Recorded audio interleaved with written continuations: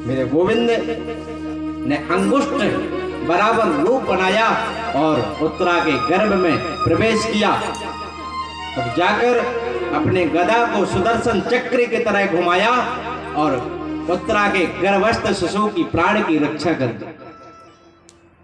कहते हैं जैसे भगवान के सामने किसी भक्त की नहीं चलती, उसी प्रकार भक्त के आगे भगवान की भी नहीं चलती महाराज।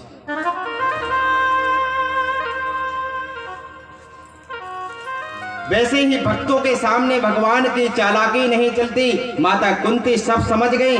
कृष्ण ने मेरे पौत्र वधु के गर्भ में प्रवेश कर कर मेरे पौत्र की प्राण रक्षा की, मेरे वंश को निर्वंश होने से बचा लिया।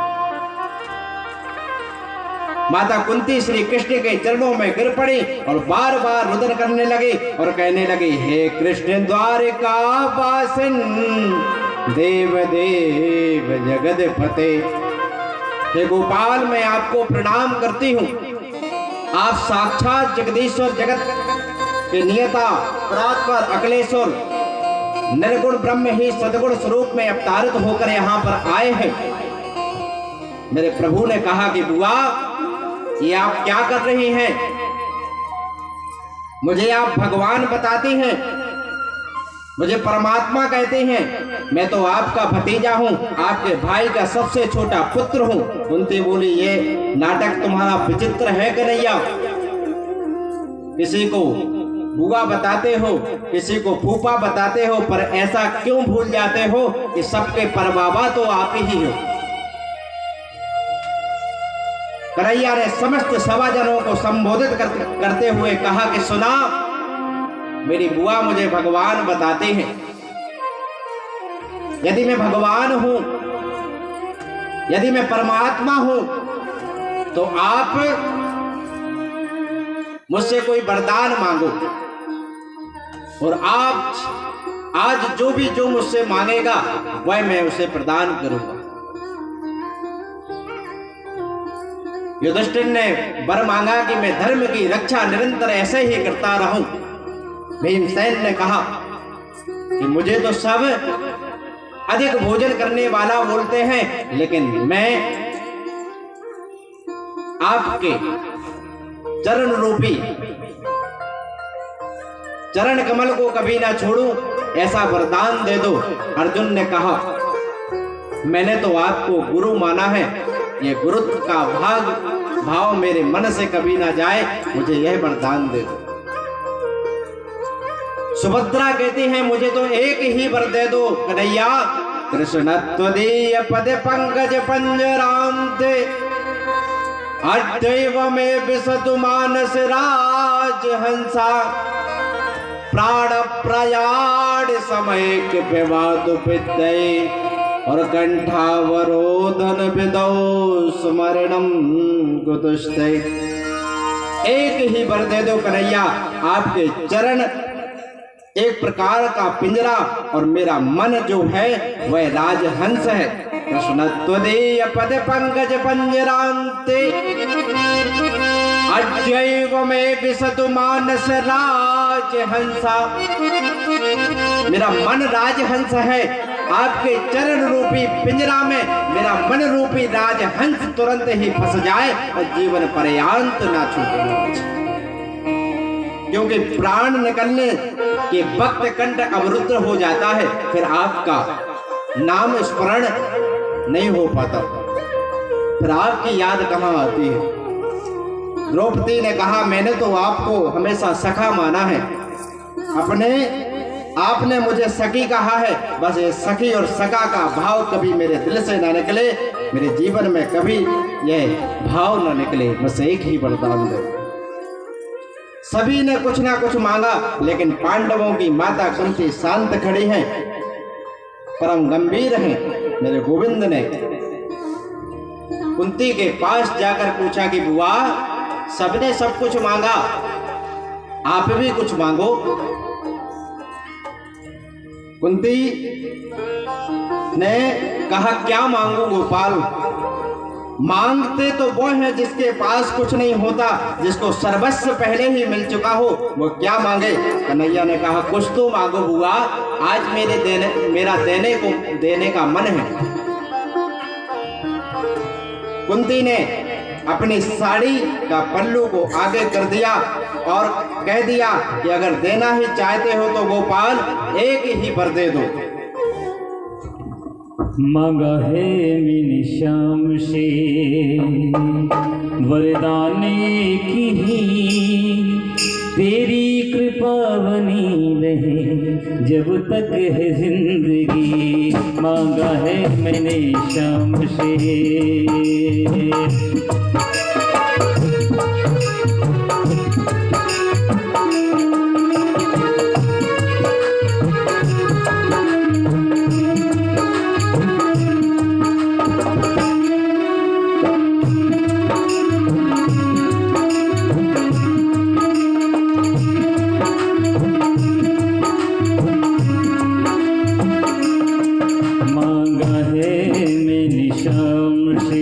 वरदाने की, तेरी कृपा बनी रहे जब तक है जिंदगी। मांगा है मैंने श्याम से वरदाने की, तेरी कृपा बनी रहे जब तक है जिंदगी।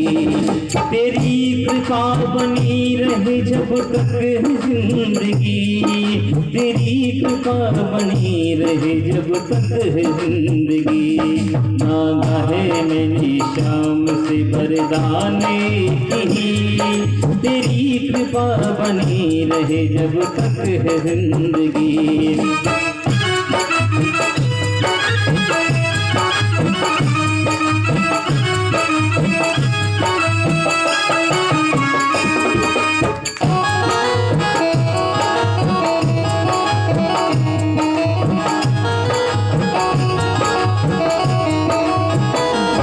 जिस पर प्रभु का हाथ था वो पार हो गया, जिस पर प्रभु का हाथ था वो पार हो गया। जो भी शरण में आ गया उद्धार हो गया, जो भी शरण में आ गया उद्धार हो गया, जो भी शरण में आ गया उद्धार हो गया। इसका भरोसा श्याम पर, जिसका भरोसा श्याम पर डूबा कभी नहीं, तेरी कृपा बनी रहे जब तक है जिंदगी। मांगा है मैंने श्याम से वरदाने की, तेरी कृपा बनी रहे जब तक है जिंदगी।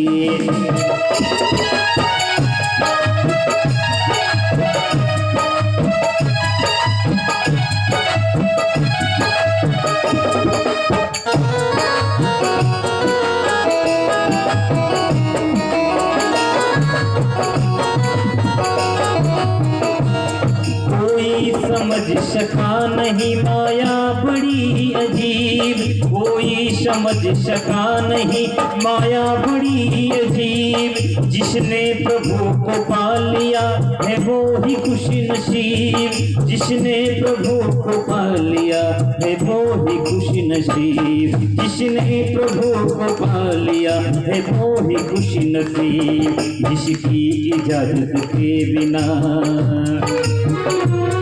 जिसकी इजाजत के बिना पत्ता हिले नहीं, तेरी कृपा बनी रहे जब तक है जिंदगी।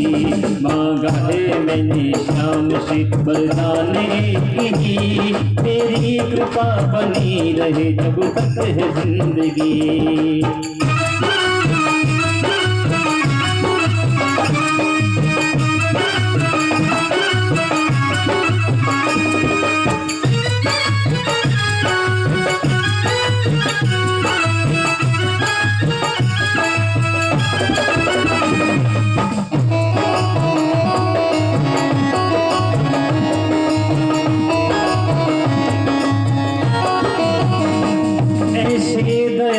श्याम से रिश्ता बनाइए, ऐसे दयालु श्याम से रिश्ता बनाइए, ऐसे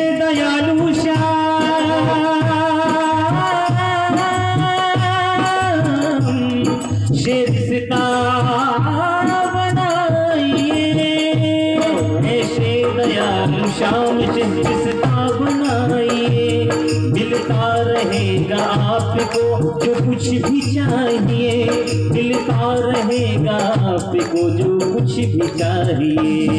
ऐसा करिश्मा होगा,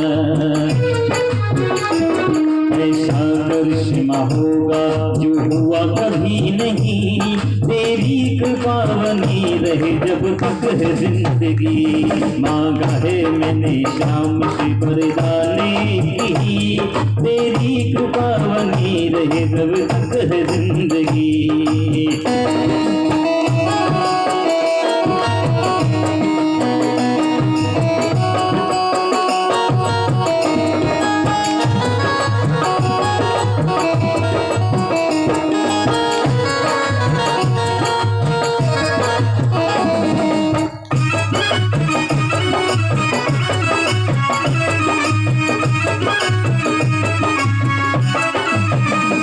कहते हैं लोग जिंदगी किस्मत की बात है, कहते हैं लोग जिंदगी किस्मत की बात है, कहते हैं लोग जिंदगी, कहते हैं लोग जिंदगी किस्मत की बात है। किस्मत बनाना भी मगर उसके ही हाथ है, किस्मत बनाना भी मगर उसके ही हाथ है। कर ले यकीन अब मेरा, कर ले यकीन अब मेरा, ज्यादा समय नहीं, ज्यादा समय नहीं। तेरी कृपा बनी रहे जब तक है जिंदगी। मांगा है मैंने शाम से बरदान की, तेरी कृपा बनी रहे जब तक है जिंदगी। तेरी कृपा बनी रहे जब तक है जिंदगी। तेरी कृपा बनी रहे जब तक है जिंदगी। कुंती ने कहा कि मैं क्या मांगू। विविधा संतो नाथ शाश्वत तत्र तत्र जगत गुरु। मेरे जीवन में एक ही चीज देना चाहते हो गोविंद, तो एक ही चीज देना कि मेरे जीवन में विपत्ति पर विपत्ति आती रहे, एक विपत्ति दूर ना हो और दूसरी विपत्ति आ जाए। ऐसा कोई मांगता है क्या? कोई नहीं मांगता। भगवान के पास जाकर तो यही कहेंगे, हे भगवान हमारी बहू के जल्दी मोड़ा हो जाए, अब की बार अच्छो अन्न निकले, या हमारे मोड़ा मोड़ी सुखी देवे, जल्दी ब्याह हो जाए जो उनके ब्याह नहीं गए, यही मांगत। लेकिन मां कुंती ने कहा कि एक ही वर देना कन्हैया कि मेरे जीवन में विपत्ति पर विपत्ति आती रहे, एक विपत्ति दूर ना हो और दूसरी आ जाए। कृष्ण ने कहा कि ये क्या मांगती हो बुआ, ये भी कोई मांगने की चीज है क्या? कुंती ने कहा, गोपाल जिस दुख में तुम्हारी याद आती हो वह दुख सबसे बड़ा सुख है। मेरे गोविंद ने आवेश में कह दिया, बुआ अब मैं यह दुख तुम्हें और नहीं दे सकता। जीवन में दुख के सिवाय तुमने पाया ही क्या है? आप यदि कुंती के जीवन पर एक दृष्टि डालें तो जीवन में कुंती ने एक मिनट भी सुख से व्यतीत हुआ है ऐसा कहीं उल्लेख नहीं आया। कुंती का जन्म मथुरा में सूरसेन के घर हुआ और जन्म लेने के बाद इनको कुंती भोज राजा ले गए। वास्तव में इनका नाम प्रथा था। कुंती भोज राजा के यहाँ अपना नाम दिया, भोज राजा ने इनका नाम कुंती रखा। इनका जन्म कहीं हुआ, पालन दूसरे घर में हुआ। जिस बालक का जन्म कहीं और पालन दूसरे घर में हो उसका बचपन कभी सुखमय व्यतीत नहीं हो सकता। कुंती का बचपन बड़े कष्ट से व्यतीत हुआ। किशोर अवस्था में जैसे ही पार किया विवाह हुआ। विवाह भी ऐसे व्यक्ति से हुआ जो पीलिया का रोगी, और उसको भी सलाह कि सहवास की कामना से जिस दिन भी तुम पत्नी के पास जाओगे उसी क्षण तुम्हारी मृत्यु हो जाएगी। माद्री और कुंती दोनों उनकी पत्नी है पांडु। कुंती ने सोचा कोई बात नहीं, मेरे लिए तो पति ही परमेश्वर है। पति भी मिला तो पेलिया का रोगी, और उस पति काफी कोई सुख नहीं मिला, क्योंकि पति को ऐसा श्राप था कि सहवास की कामना से जिस दिन पत्नी के पास जाओगे उसी दिन तुम्हारी मृत्यु हो जाएगी। वो तो दुर्वासा ऋषि के कुछ मंत्र ऐसे दिए हुए थे जिसने कुंती जिस देवता का आवाहन करके बुलाती थी वह देवता प्रकट हो जाते थे। उन्हीं मंत्रों के आश्रय से धर्मराज को आमंत्रित किया और युधिष्ठिर हुए, और पवन देव की कृपा से भीमसेन का प्रादुर्भाव हुआ, इंद्र की कृपा से अर्जुन हुए। अश्विनी कुमार को आमंत्रित कर जो उनकी सौत है माद्री, उनको 2 पुत्र नकुल और सहदेव हुए। एक दिन राजा पांडु अपने ऊपर नियंत्रण नहीं कर सके और माद्री के पास जाकर सहवास की कामना लेकर गए, और उसी क्षण उनकी मृत्यु हो गई। माद्री ने कहा, मेरी वजह से मेरे पति की मृत्यु हुई है, मैं भी इन्हीं के साथ सती हो जाऊंगी। विचार करिए, एक ऐसी विधवा नारी ऐसी विषम परिस्थिति में 5 पुत्रों को कैसे पाल सकती है, जिसके 5 पुत्रों को मारने के लिए गांधारी के 100 पुत्र निरंतर योजना बनाते रहते हैं कि किस प्रकार से इनको मारूं। कभी पेड़ से गिराकर, कभी लक्षागृह में जलाकर मारना चाहते हैं, कभी कुंती की पुत्र वधू को भरी सभा में निर्वस्त्र करके अपमानित करना चाहते हैं, कभी चौपर में हरा कर बाहर निकालना चाहते हैं। 12 वर्ष का वनवास, 1 वर्ष का ज्ञातवास। भगवान ने कहा, बुआ तुम्हारे जीवन में एक भी पल सुखमय बीता ऐसा मुझे याद नहीं है, और आज सब कुछ तुम्हें मिला। तुम्हारा पुत्र आज विजयश्री को प्राप्त हुए, युधिष्ठिर जी राजगद्दी पर बैठे हैं। मैंने आज तुमसे कुछ मांगने को कहा तो तुमने झोली पसार कर सिर्फ दुख ही मांगा। कुंती ने कहा, सुख के माथे सिल पड़े जो हरि हृदय से जाए, और बलहारी बा दुख की जो पल पल नाम जपाए। ऐसे सुख को लेकर क्या करें जो परमात्मा को भुला दे, ऐसी संपत्ति को लेकर क्या करें जो कन्हैया की विस्मृति करा दे।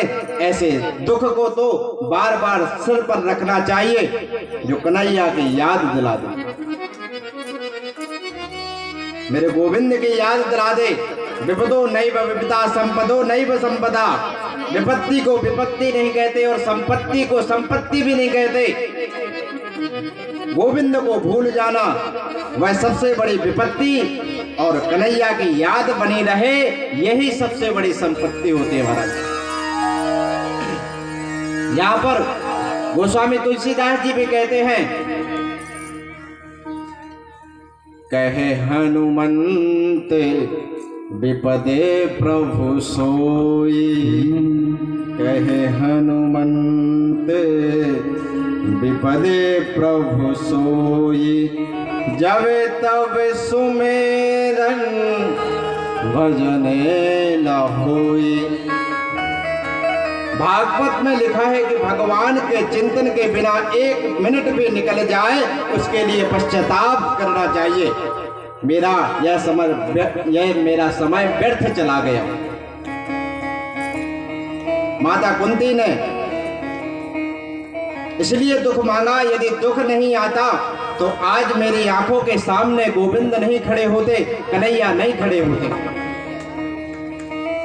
पग पग पर मेरे पुत्रों पर और मेरे जीवन में जब जब दुख आया, मेरे पुत्रों के जीवन में जब जब दुख आया, तब तब मैंने तुम्हें पुकारा और तब तक मेरे कन्हैया ने आकर मेरे पुत्रों की और मेरी रक्षा की।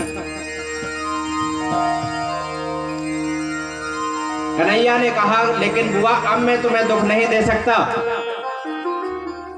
तब कुंती ने कहा, दुख नहीं दे सकते तो फिर एक काम करो, एक ही वरदान दे दो, यह स्नेह की डोरी तोड़ दो। स्नेह की डोरी तोड़ दो, मेरा पुत्र, मेरी पत्नी, मेरा मकान, मेरी जमीन, मेरा जायदाद, स्नेह की डोरी तोड़ दो। इस संसार रूपी स्नेह की डोरी जो है मेरा अपना, इस डोरी को तोड़ दो। देखिए, हम लोग कभी अपनी पत्नी और बेटा के लिए भजन माला नहीं फेरते। पत्नी पत्नी पत्नी, बेटा बेटा, ऐसी माला तो नहीं फेरते हम लोग। ये फेरता है कोई, है ना? लेकिन जब हम माला फेरने के लिए बैठते हैं, तुरंत अपने पति की, अपनी पत्नी की, अपने बेटे की, अपने पुत्र की याद आती है।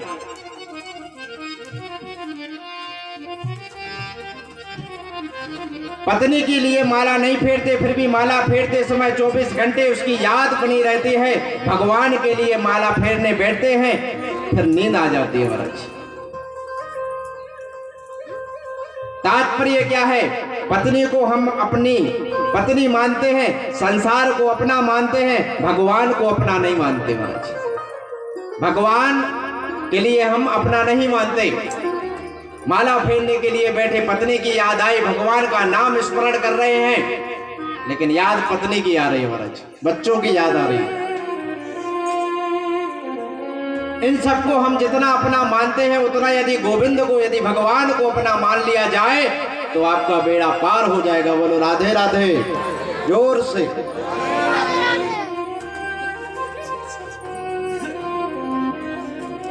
मेरे कन्हैया ने सबको वरदान प्रदान किए और एक दिन रात्रि में कन्हैया ने देखा कि सब लोग खुशियां मना रहे हैं विजय प्राप्ति की, लेकिन युधिष्ठिर जी बैठे बैठे रो रहे हैं। आकर कन्हैया ने पूछा कि क्या हुआ, आप इस तरह से क्यों रो रहे हैं? युधिष्ठिर ने कहा कि न जाने मैंने कितने अपनों को मार दिया अपने हाथ से, कितने अपने मुझे छोड़कर इस युद्ध में मर गए महाराज। न जाने मेरी वजह से लाखों नर नारियां विधवा हो गई महाराज, कितने बच्चे अनाथ हो गए इस युद्ध में। यह जब मैं सोचता हूं और जब मैं यह राजगद्दी पर बैठता हूं तो मुझे यही चिंता लगी रहती है कि बताओ, मेरी वजह से इस राज सिंहासन को पाने के लिए मैंने ना जाने कितने बालकों को अनाथ कर दिया, न जाने कितनी स्त्रियां विधवा हो गई। बड़ी ग्लानि होती है। मेरे गोविंद ने बहुत सुंदर उपदेश दिया, लेकिन युधिष्ठिर को कुछ भी समझ में नहीं आया। कहने का भावार्थ यह है कि जब युधिष्ठिर को भगवान समझा रहे थे तो युधिष्ठिर को कुछ भी समझ में नहीं आया। क्यों? क्योंकि युधिष्ठिर के मन में कन्हैया के प्रति वात्सल भाव है कि ये तो मेरा छोटा भाई है, और वात्सल भाव जिसके मन में होता है वह कितना भी विद्वान क्यों ना हो, कितना भी अच्छा उपदेश क्यों ना देता हो, उसके समझ में नहीं आता। कन्हैया ने पांचों पांडवों को द्रौपदी सहित भीष्म पितामह के पास गए, जो बाणों की सैया पर लेटे हुए हैं। एक एक बूंद रक्त उनके शरीर से निकल गया महाराज। कई दिनों से भीष्म पितामह बाणों की सैया पर लेटे हुए हैं महाराज। और जैसे ही युधिष्ठिर ने प्रणाम किया, पितामह प्रणाम, भीष्म पिता ने कहा, युधिष्ठिर आ गए? अच्छा, तुम्हारा वो कहाँ है टेढ़ी टांग वाला? तो कन्हैया उनके बीच से आगे आकर बोले, प्रणाम पितामह, मैं यहाँ हूं। जैसे ही कन्हैया को देखा भीष्म पितामह ने, तो उनकी आंखों से आंसू बहने लगे महाराज। बोले, आ गए? कन्हैया ने कहा, हाँ, आ गए। कन्हैया ने कहा कि पितामह, इनको उपदेश दीजिए। तब भीष्म पिता ने पांडवों को उपदेश दिया कि युधिष्ठिर, तुम राजा बन गए हो और राजा का कर्तव्य होता है कि अपनी पूर्ण निष्ठा भाव से प्रजा की रक्षा करना और अतिथि का सदा सत्कार करना, अपने सामने कभी भी अधर्म होते नहीं देखना, शरण में यदि शत्रु भी आ जाए तो उसको क्षमा कर देना।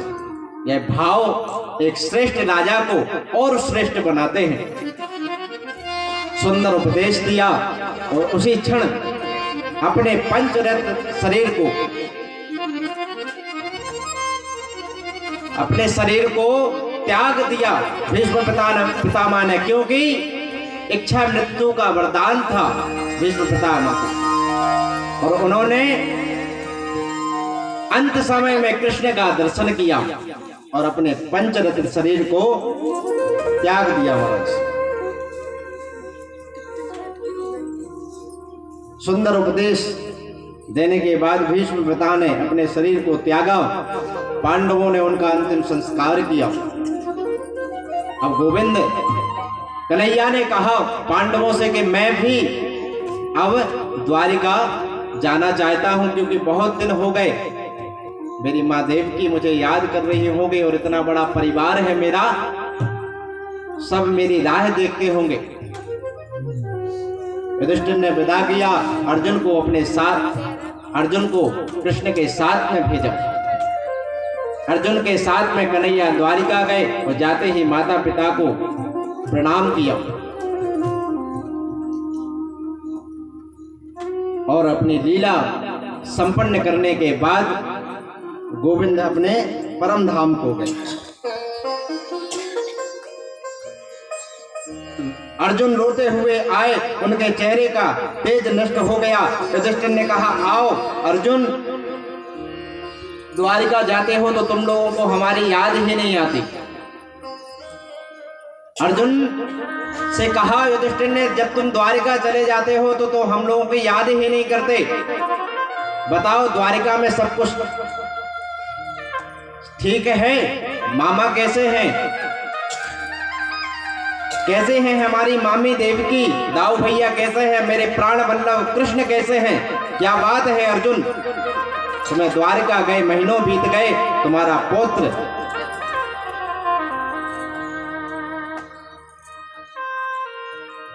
परीक्षित बड़ा हो गया है महाराज।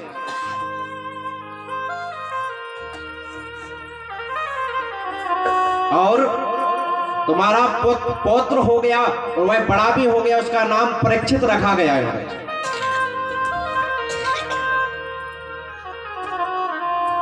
अर्जुन चुपचाप खड़े हुए हैं।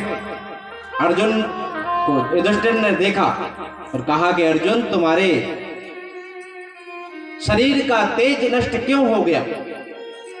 क्योंकि व्यक्ति के शरीर का तेज नष्ट हो जाने के 3 कारण होते हैं। पहला, अगम्या स्त्री के समागम से। दूसरा, गाय का वध यदि गलती से हो जाए। और तीसरा, जिसके बिना हमने जीवन पर्यंत एक पल भी जीना नहीं सीखा और वह व्यक्ति हमको सदा सदा के लिए छोड़कर चला जाए, उससे हमारे शरीर का तेज नष्ट हो जाता है। युधिष्ठिर ने कहा, अर्जुन, यह सब तुमसे तो नहीं हुआ। यह सुनते ही अर्जुन नीचे गिर पड़े और कहने लगे कि भैया, मेरे प्राण वल्लभ कृष्ण मुझे छोड़कर, हम सबको छोड़कर चले गए। यह सब माता कुंती ने सुना तो तुरंत गिर पड़ी। जिस प्रकार राम राम कही राम कही, राम राम कही राम, दशरथ राम राम कहते